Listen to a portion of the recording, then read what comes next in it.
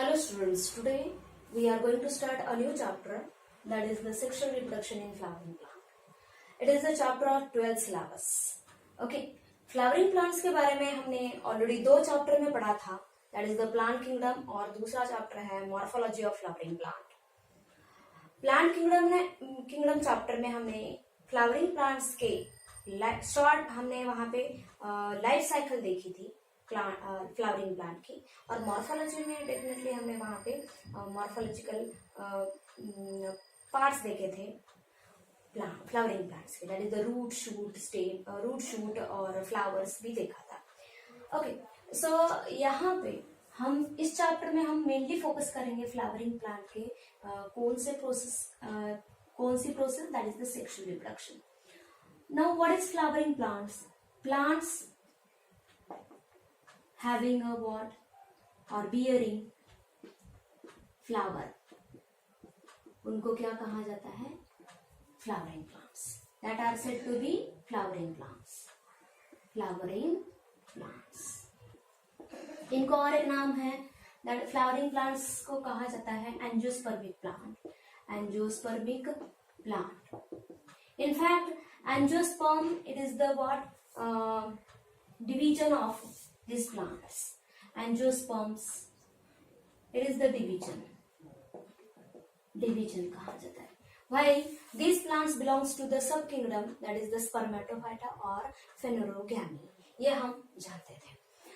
अभी let us see what is flower.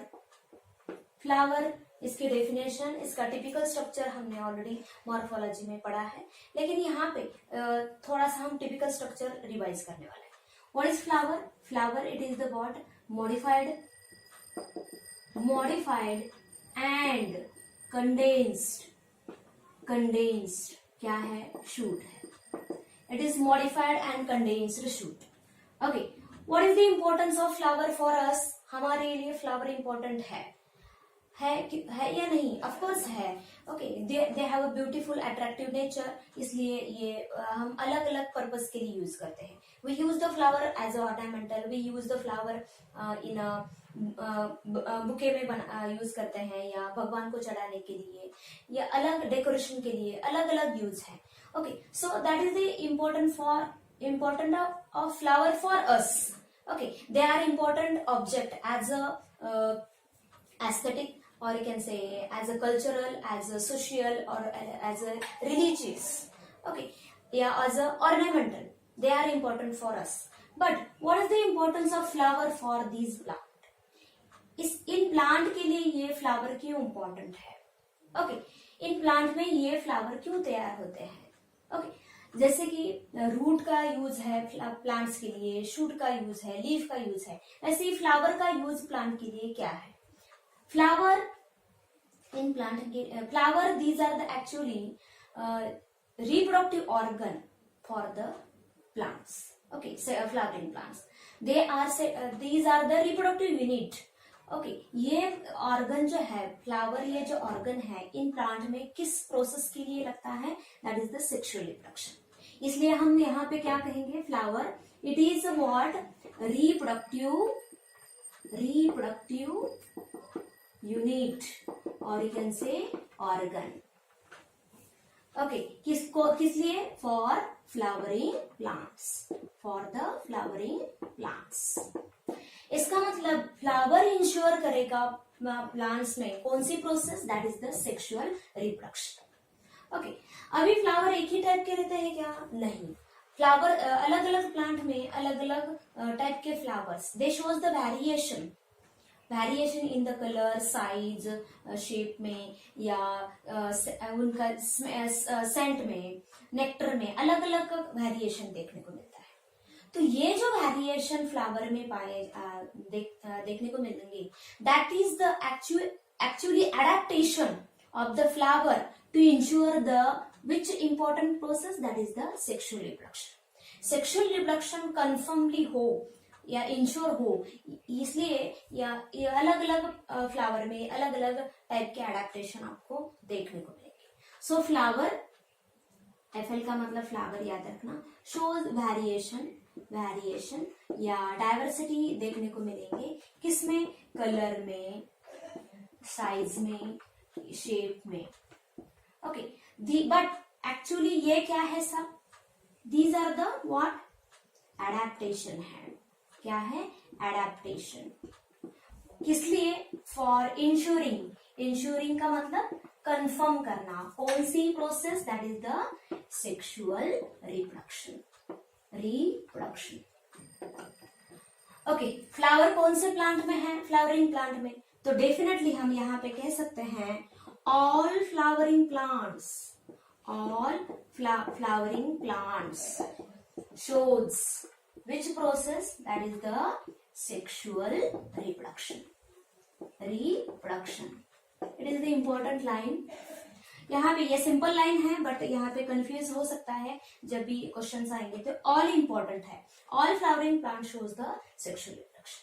So what is the important and product of this process? Sexual reproduction का and क्या है? And product क्या है? Sexual reproduction में क्या होता है? गैमेट्स फ्यूज होते हैं। Okay, gametes, male gamete fuses with the female gamete and that result into the formation of zygote. और जाइगोट से क्या डेवलप होता है? एम्ब्रियो होता है। यहाँ पे we are talking about the sexual reproduction in of a flowering plant. तो फ्लावरिंग प्लांट में डबल फर्टिलाइजेशन होता है। एक फर्टिलाइजेशन का रिजल्ट जाइगोट होगा, तो दूसरे फर्टिलाइजेशन का रिजल्ट है PEN, mean that is the primary endosperm nucleus. जो ये टर्मिनोलॉजी हमने दिस टर्मिनोलॉजी आप थोड़ा सा जानते हैं, हमने ब्रीफ में पढ़ा था प्लांट किंगडम चैप्टर में। सो यहाँ पे मैं आपको फोकस कर रही हूँ कि ये जाइगोट से एम्ब्रियो बनेगा और पीईएन से एंडोस्पर्म बनेगा। ये जो एम्ब्रियो और एंडोस्पर्म है, these are the part of what? Seed के पार्ट है। इसका मतलब फाइनल प्रोडक्ट क्या है इस सेक्सुअल रिप्रोडक्शन का? एंड प्रोडक्ट या final product of sexual reproduction that is the seed and but seeds इस प्लांट में seeds कहाँ पे डेवलप प्रोड्यूस होते हैं? seeds are present in the fruit. Seeds are enclosed in the fruits. Okay, so fruits and seeds, these are the end product of this process. Seeds are not only produced by the flowering plants. Seeds are also produced by the gymnosperm. But the gymnosperm's seed and angiospermic seed, they are totally different. Okay, क्या difference है? याद आता है क्या? Of course, gymnosperm seed जो है वो कैसे है? Naked है। Gymnosperm plant में fruit absent है। वहां पे डायरेक्टली प्लांट के ऊपर क्या देखने को मिलेंगे? सीड देखने को मिलेंगे आपको। ओके, फ्रूट नहीं है वहां पे। बट यहाँ ऐसा क्यों? क्योंकि वहां पे ओवरी अब्सेंट है। क्या अब्सेंट है जिम्नोस्पर्म में? ओवरी अब्सेंट है, इसलिए वहां पे आपको नेकेड सीड देखने को मिलेंगे। बट यहाँ पे फ्लावरिंग प्लांट में seeds are enclosed within the fruit, क्योंकि ओवरी यहाँ पे प्रेजेंट है। सो ये हो गए एंड प्रोडक्ट है सेक्सुअल रिप्रोडक्शन। ये इन डिटेल में हम देखने वाले हैं, how the seeds and how the fruits are developed. Okay, अभी इस नेक्स्ट हम देखेंगे structure of a typical flower. Okay,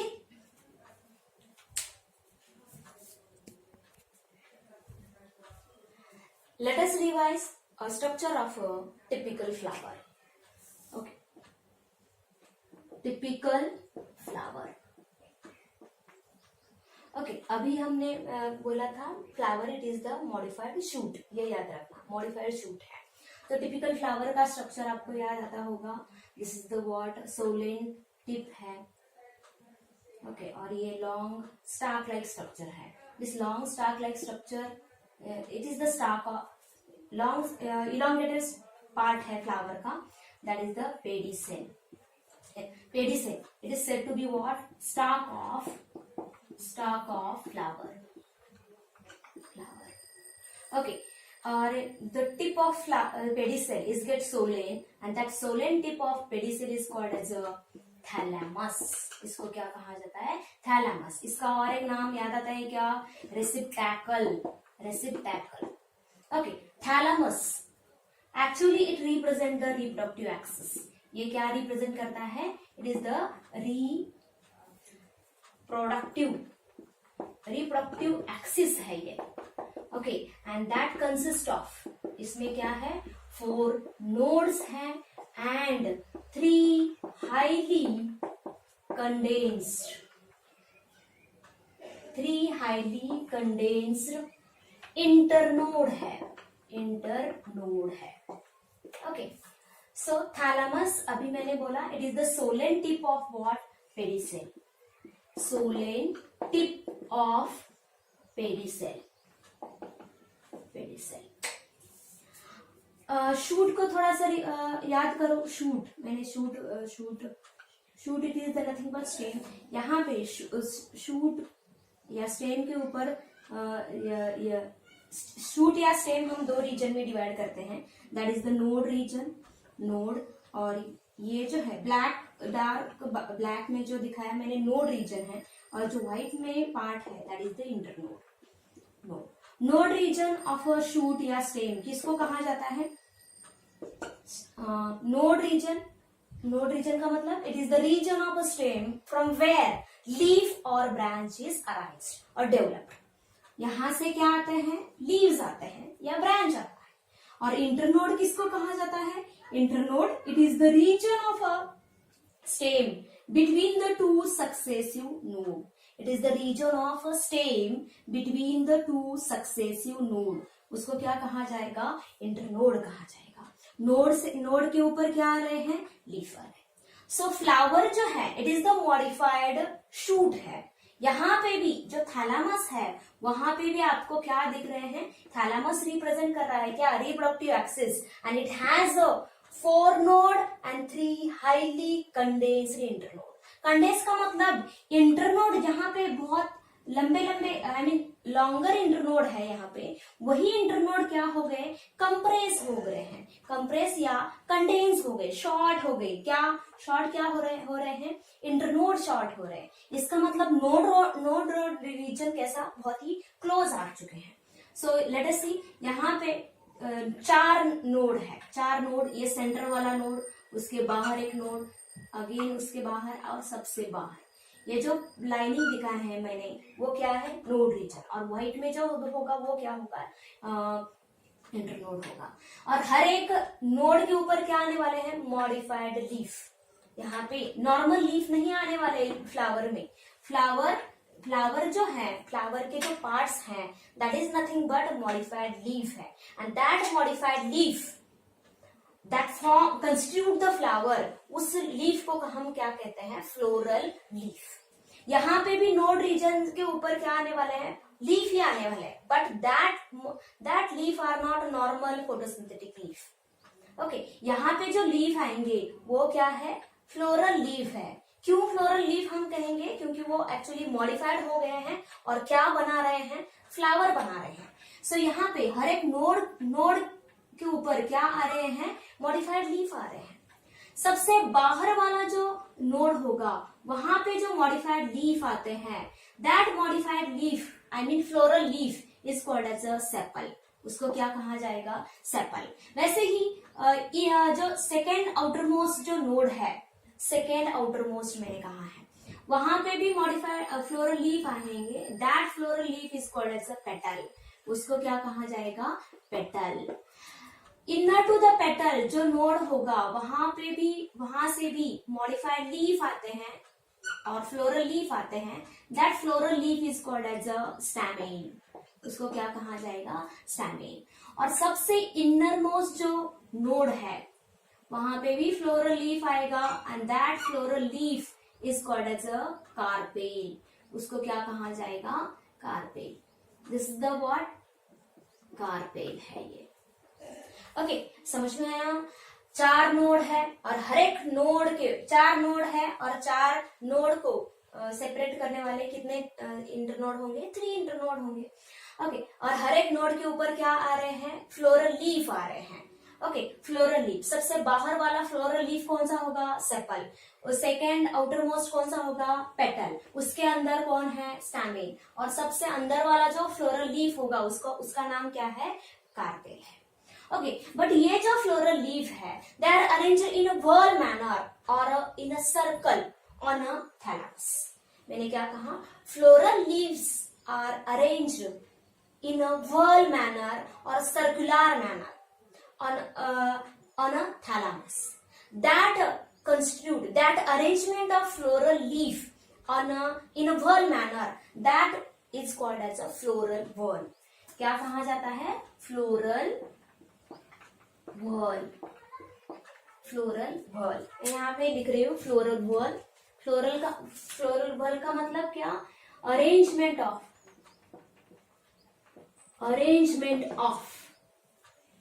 floral leaf in circle or in whirl manner, or in a circle or in whirl on a what? Thalamus. That is called as a, उसको क्या कहा जाता है? floral whirls. Okay, अभी ये सबसे बाहर वाला फ्लोरल सेपल्स है, वो भी यहाँ मैं दिखा रही हूँ. इस तरह है, ये अरेंज होते हैं. ओके, इस तरह. इसके अंदर जो है पेटल्स, ओके, पेटल्स ये भी सर्कल में अरेंज हो रहे हैं. They are arranged in a circle और इन अ बॉल. इस तरह हम दिखाएंगे. ये है पेटल्स, इस तरह अरेंज है. ओके, और सबसे यहाँ पे मैं दिखा रही हूँ, ये है स्टैमेन भी अरेंज हो गए हैं बॉल मैनर में. ओके, इस तरह अरेंज है. ओके, सो सेपल से जो व्हर्ल बनता है, सेपल से जो व्हर्ल बनेगा, इसका मतलब क्या? Whenever sepals arranged in a circle on a thalamus, that forms a whirl that is called as a calyx. Sepal से जो व्हर्ल्स बनेगा, उस व्हर्ल्स का नाम क्या है? कैलिक्स. पेटल से जो व्हर्ल बनेगा, that is called as a corolla. उसको क्या कहा जाता है? करोला. वैसे स्टैमेन से जो व्हर्ल बनेगा, that is called as a androecium. इसको क्या कहा जाएगा? एंड्रोशियम. वही कार्पेल से जो व्हर्ल बनेगा, that is called as a gynoecium. इसको क्या कहा जाएगा? गाइनोशियम.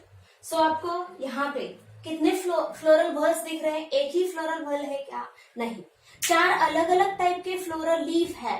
तो डेफिनेटली 4 अलग अलग टाइप के क्या फ्लोरल व्हर्ल्स यहाँ पे देखने को मिलेंगे. किसमें? इन अ टिपिकल फ्लावर में. Okay, typical flower. सो कौन से 4 हैं floral whorls? Let us write down the floral whorls. That is the calyx, corolla, androecium and gynoecium. सबसे बाहर वाले जो 2 व्हर्ल्स है वो कौन से हैं? Calyx, Corolla. और सबसे इनर वाले जो व्हर्ल्स है कौन से हैं? Gynoecium and androecium. ओके, समझ में आया? ये है आउटर मोस्ट 2 कैलेक्स, करोला, और ये थर्ड एंड्रोशियम, और ये सबसे इनर मोस्ट जो व्हर्ल है दैट इज द गाइनोशियम. कितने व्हर्ल हो गए? 4 व्हर्ल. यहाँ पे हम फिर से देखो, यहाँ पे मैं लिखूंगी in a typical flower. Typical flower में कितने व्हर्ल्स है? 4 फ्लोरल व्हर्ल्स है. कौन से? आप इसको यहाँ पे लिख सकते हैं, calyx, corolla, androecium and gynoecium. Okay, अभी यहाँ पे ये जो 4 फ्लोरल व्हर्ल्स है, they are divided into 2 groups. कौन से 2 ग्रुप है? इसेंशियल व्हर्ल और दूसरा ग्रुप है एसेसरी व्हर्ल्स. लेट अस सी.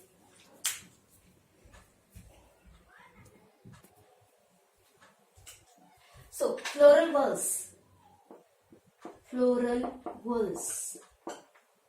ओके, कितने हैं? 4. टिपिकल फ्लावर में फ्लोरल व्हर्ल्स कितने हैं? 4. ओके, जो 4 floral whorls, they are divided into how many groups? 2 groups. कौन से 2 ग्रुप हैं?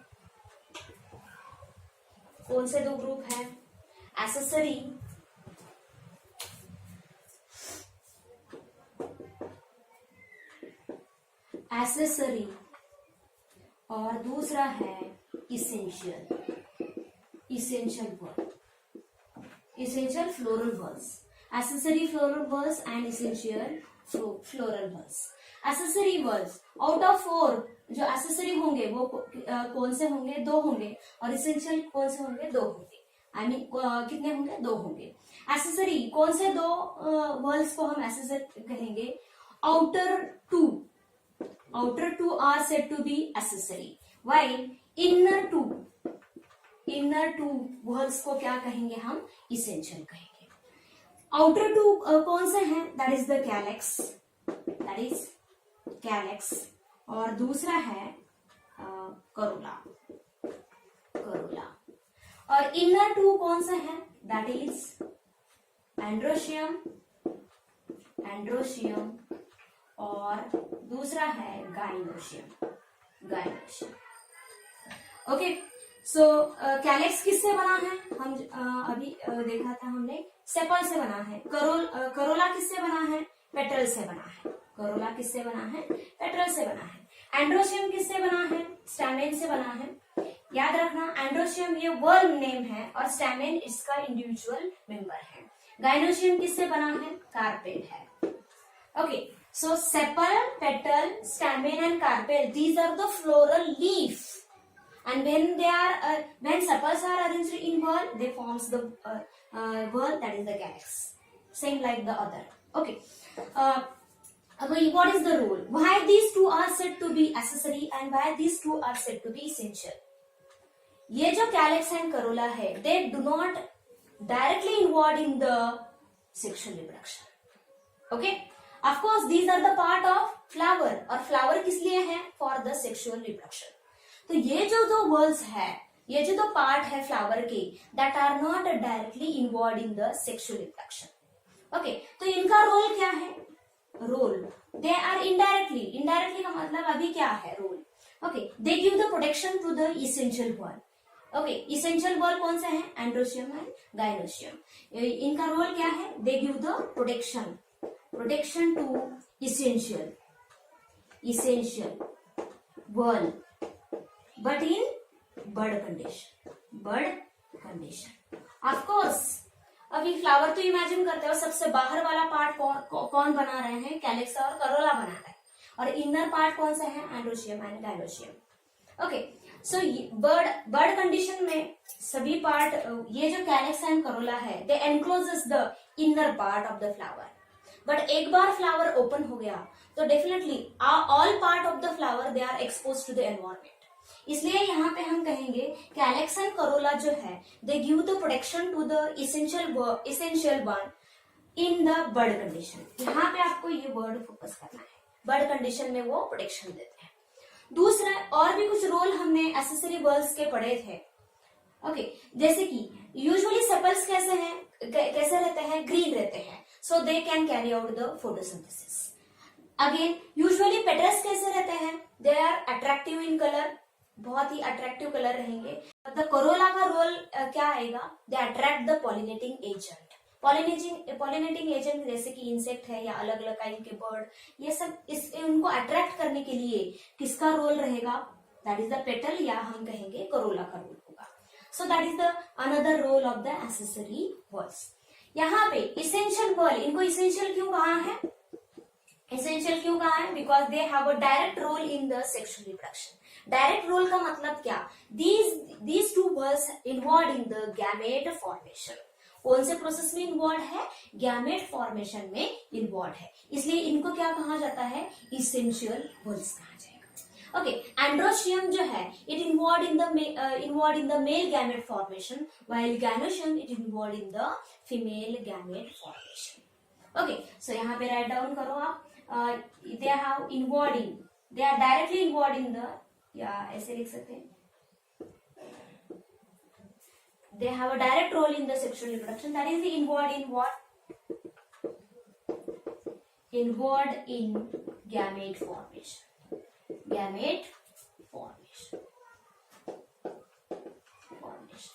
This is the revision of a typical flower.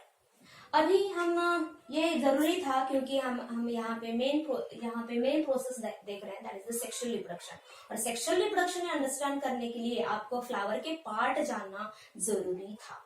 Okay, so यहाँ अभी हम देखेंगे कि इस चैप्टर में हमें क्या फोकस करना है। ऑफ कोर्स सेक्सुअल रिप्रोडक्शन, लेकिन सेक्सुअल रिप्रोडक्शन में क्या लर्न करना है मैं आपको एक फ्लो चार्ट में आपको आइडिया दे दूंगी। ओके,